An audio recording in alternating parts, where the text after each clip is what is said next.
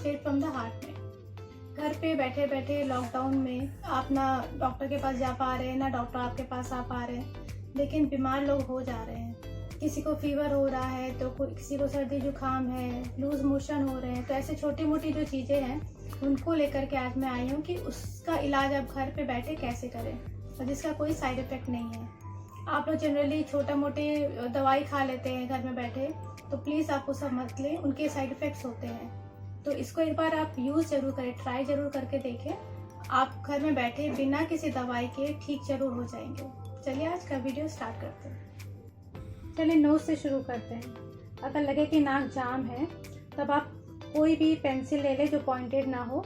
उस जगह को जो नोज़ पॉइंट आपको दिखा रही हूँ यहाँ पर, इसको आप स्टिमुलेट कीजिए, थोड़ा सा उसको रगड़िए क्लॉकवाइज और एंटी क्लॉकवाइज कुछ सेकेंड्स के लिए। उसके बाद एक लौंग ले लीजिए, उसका फूल नीचे की तरफ हो, इस तरह से आपको स्टिक करना है। इसको आपको लगा के रखना है कम से कम 6 से 8 घंटे तक, और आप इसको लगातार 3 दिन तक भी लगा सकते हैं। आपको 1-2 दिन में ही रिलीफ मिल जाएगा। और चलिए अब चलते हैं चेस्ट कंजेशन की तरफ। सपोज इसके साथ साथ आपको चेस्ट में कंजेशन भी हो रहा है, बच्चे को, बड़ों को, किसी को भी हो सकता है, तब देखिए आपको यहाँ पे एक एरो दिखा रहे हैं। थोड़ी सी हनी ले लीजिए अपने हाथ में या थंब में, और उससे आप अपवर्ड मूवमेंट में, अपवर्ड डायरेक्शन में, ऊपर की तरफ आप ऐसे कीजिए जैसे आपको कफ चेस्ट से बाहर निकालना है। इस तरह से आप उसको मसाज कीजिए। अगर हनी नहीं है तो आप कैस्टर ऑयल ले लीजिए, या आप सरसों का तेल या विक्स भी ले सकते हैं। आपको बस इस तरह से मसाज करना है। कुछ सेकंड्स के लिए मसाज कीजिए, हो सकता है 12 बार 15 बार, बार बार आप इसको मसाज कीजिए, बट डायरेक्शन उसका नीचे से ऊपर की तरफ ही होना चाहिए। ये आप कर सकते हैं। इसके साथ साथ आप वेपर इनहेल कर सकते हैं, जैसे हॉट वाटर में आप कुछ डाल के इनहेल कर सकते हैं। विक्स हो तो विक्स डाल दें, कार्बोल है तो कार्बोल डाल दें, वो आप कर सकते हैं। प्लस आपको एक और पॉइंट मैं दिखा रही हूँ, देखिए, इसको इंसेक्ट पॉइंट बोलते हैं सुजोग में। यहाँ पे एक लहसुन ले लीजिए, गार्लिक, उसको आप बीच से हाफ कीजिए और उसको इस तरह से लगा सकते हैं। उसको छिलका उतारने की ज़रूरत नहीं है। जो उल्टा साइड है उसको आपको यहाँ पे चिपका देना है किसी भी टेप की मदद से। कुछ भी सीड या कुछ भी हम लोग लगाते हैं, आपको कम से कम उसको 6 घंटे से 8 घंटे तक रखना है। बहुत ज़्यादा आप 24 घंटे तक रख सकते हैं। मतलब रात भर आप लगाते हैं तो सुबह आप निकाल दीजिए, ऐसा भी कर सकते हैं। ठीक है, इससे भी आपको कंजेशन है चेस्ट में तो बहुत रिलीफ मिलेगा।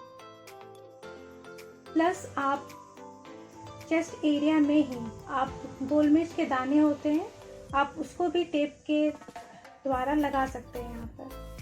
या आप चेस्ट में प्रोब से या कोई भी पेंसिल जो मैंने आपको बताया अभी, उससे भी आप चेक कर सकते हैं एक पॉइंट। आपको जहाँ सबसे ज़्यादा पेनफुल मिले आप उस एक पॉइंट पर भी गोल मिर्च के दाने लगा सकते हैं। इससे आपको बहुत रिलीफ मिलेगा।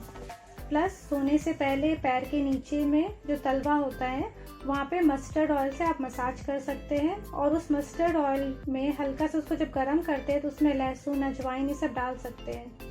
ये सब तो पता ही है, हमारे घर में हम लोग जनरली करते ही हैं, तो ये सब साथ में करेंगे तो रिलीफ बहुत जल्दी आ जाएगा। प्लस एक मिडिल फिंगर आपको दिखाई, देखिए मिडिल फिंगर में ये ट्राइजन के थ्रू लंग का पॉइंट है। हम लोग का एक स्टडी है, ट्राइजन उसको कहते हैं, उसमें ये लंग का पॉइंट आता है जहाँ पे आप ग्रीन कलर कर सकते हैं। तो ये 2-3 चीज़ आप एक साथ भी कर सकते हैं, 1-2 चीज़ भी कर सकते हैं, आपको रिलीफ ज़रूर मिलेगा। बट एक ही पॉइंट को आप 3 दिन लगातार कर सकते हैं, उसके बाद 1 दिन का गैप दीजिए या दूसरे हाथ में कर लीजिए। और अगर नाक से पानी बहुत गिर रहा है तो जहाँ हमने लौंग लगाया था नोज कॉरेस्पॉन्डेंस पे, वहाँ पर आप ब्लैक पेपर लगा सकते हैं।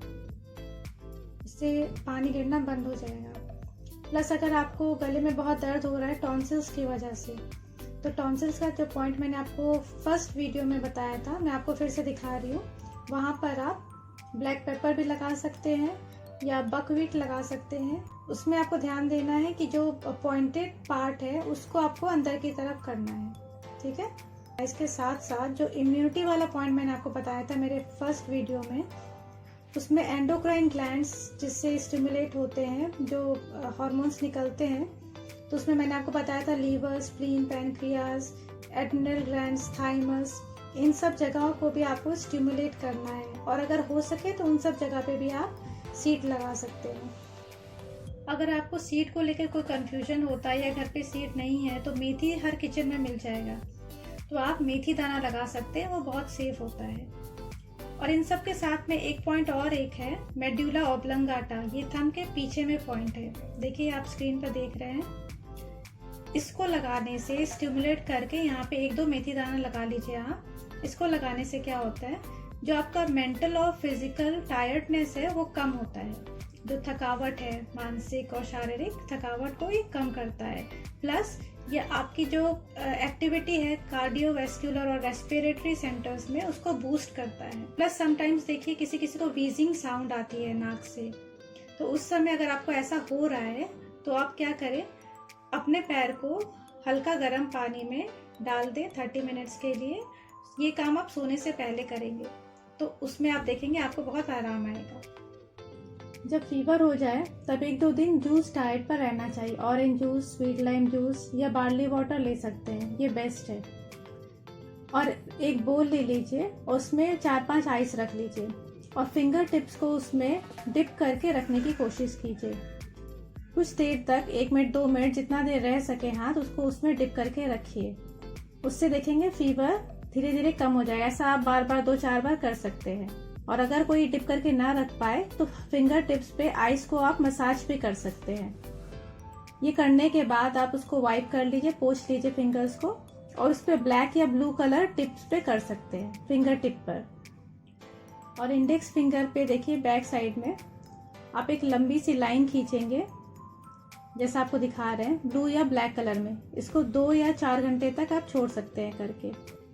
कॉन्स्टिपेशन हो तो त्रिफला ले सकते हैं और उसके साथ अपने हाथ में आप देखिए ऐसे ग्रीन कलर से मार्क कर सकते हैं और इसको क्लॉकवाइज डायरेक्शन में आपको प्रेशर दे दे के घुमाना है। जैसे कि क्वेश्चन मार्क है ये ऐसे, अगर आप देखेंगे तो उसमें बार बार प्रेशर देना है। और आप वहाँ पे सीड भी लगाकर छोड़ सकते हैं। ऐसा आप 2-3 दिन करें, सुबह शाम भी कर सकते हैं, आपको आराम मिलेगा। अगर लूज मोशन हो तो सुजोग में क्या करते हैं हम लोग, जो हाथ है, जो आपने इंटेस्टाइन वाला एरिया देखा, उसी को अब एंटी क्लॉकवाइज आपको मसाज करना है। इसको बार बार आप मसाज करते रहे, उस जगह को बार बार दबाते रहे, इससे भी आपको राहत मिलेगी। और इसके साथ साथ आप एक और काम कर सकते हैं, छेना फाड़ कर जो उसका पानी होता है, जिसे वे वाटर बोलते हैं, उसको 2-2 चम्मच सुबह, दोपहर और शाम को भी ले सकते हैं। इससे भी काफी आराम आएगा।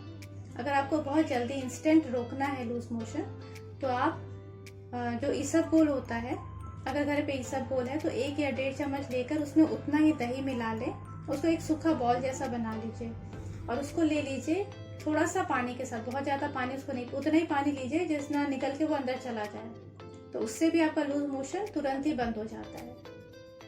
आज की वीडियो में जो मैंने सिंपल पॉइंट्स बताए हैं, उससे आप छोटे बच्चों से लेकर के बड़े बूढ़े किसी का भी ट्रीटमेंट कर सकते हैं। इसका कोई साइड इफेक्ट नहीं होगा। और अगर आपके इसके साथ अगर कोई कॉम्प्लिकेशंस भी हो, जैसे कोई डायबिटिक होता है, किसी को कुछ और प्रॉब्लम है, किसी का पैनक्रियास में प्रॉब्लम है, तो अगर और इससे भी ज़्यादा अगर कॉम्प्लिकेशंस हो तो आप प्लीज़ लॉकडाउन खुलने के बाद में किसी नेचुरोपैथ को या कोई सुजोग थेरेपिस्ट या किसी और आयुर्वेदिक डॉक्टर को ज़रूर दिखा लें। बट एलोपैथी मेडिसिन से दूर रहे, उससे साइड इफ़ेक्ट्स होते हैं। आपको समझ में नहीं आएगा, आप मेडिसिन तो खा लेंगे लेकिन उससे समझ में नहीं आएगा कि अंदर में क्या और कॉम्प्लिकेशंस हो रहे हैं। सो प्लीज़ आप इसका ज़रूर ध्यान रखें कि सुजोग थेरेपी करें और नेचुरल तरीके से अपने आप को हील करने की कोशिश करें। आई होप आपको मदद मिलेगी हमारे इस वीडियो से आज के, और किसी और की भी आप मदद कर सके तो ये ट्रीटमेंट आप उन तक भी पहुंचा दें।